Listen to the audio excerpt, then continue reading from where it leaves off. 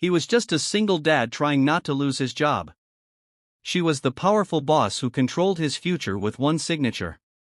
One accidental moment behind a half-open door changed everything.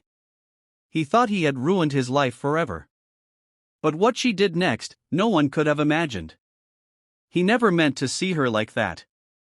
And she never meant for anyone to know the truth she had been hiding for years.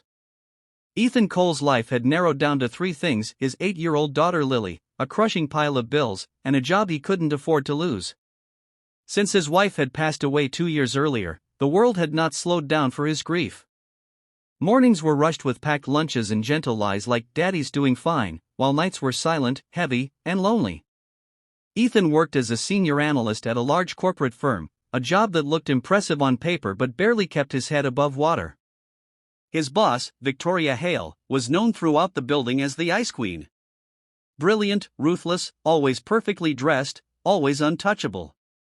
She demanded excellence and gave nothing back but cold nods and sharp emails. Ethan respected her, feared her, and kept his distance. That afternoon, everything went wrong. Lily's school had called. She had a sudden asthma attack. Ethan rushed her to the hospital, stayed until she was stable, then sprinted back to work already late for a critical presentation Victoria herself had requested. His heart pounded as he ran down the hallway, rehearsing apologies he knew wouldn't help. He reached Victoria's private office and knocked once. No answer. Thinking she might be waiting inside, he gently pushed the door open. What he saw froze him. Victoria was inside, but not standing tall behind her desk. She was crouched near the window, her blazer discarded, her hands shaking as she struggled to steady her breathing. Her face, usually flawless, was pale, streaked with tears. Her expensive heels lay kicked aside, and for the first time, she looked human.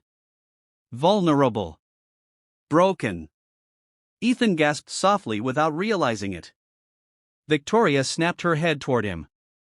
Their eyes locked. For 3 terrifying seconds, the room held its breath.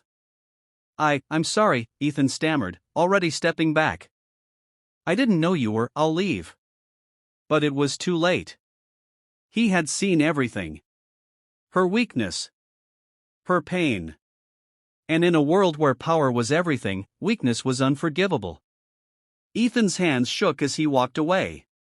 His mind screamed the same thought over and over. I'm fired. Small Blue Diamond Chapter 2 Hook. He expected anger. He expected humiliation. He expected to lose everything. What he did not expect was her kindness. That night, Ethan barely slept. Every scenario played in his mind: termination letters, security escorts, explaining to Lily why Daddy didn't have a job anymore. By morning, his chest felt tight with dread. When he arrived at work, an email awaited him. Ethan Cole. My office. 10 a.m. Signed, Victoria Hale. His legs felt heavy as he walked toward her office. The door was closed. The same door. The same room. He knocked. Come in, her voice said, calm, controlled. Victoria stood behind her desk, composed as ever. Perfect suit. Perfect posture. No sign of yesterday's breakdown. Ethan lowered his eyes, bracing himself. I want to apologize, she said suddenly. Ethan looked up, stunned. For what you saw yesterday, she continued. And for the way I've led this company. She took a breath, a real one, not the shallow kind he had seen before. My husband died 3 years ago, she said quietly. Cancer. I buried myself in work because it was easier than feeling anything. But yesterday, it caught up with me. Ethan swallowed hard. I understand, he said softly. I lost my wife too. That was when something shifted. Victoria looked at him, not as an employee, not as a subordinate, but as another human being carrying silent pain. She listened as Ethan spoke about Lily, about late nights, about pretending to be strong when he felt exhausted inside.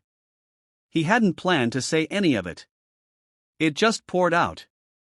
When he finished, Victoria nodded slowly. You weren't late yesterday because you're irresponsible, she said. You were late because you're a good father.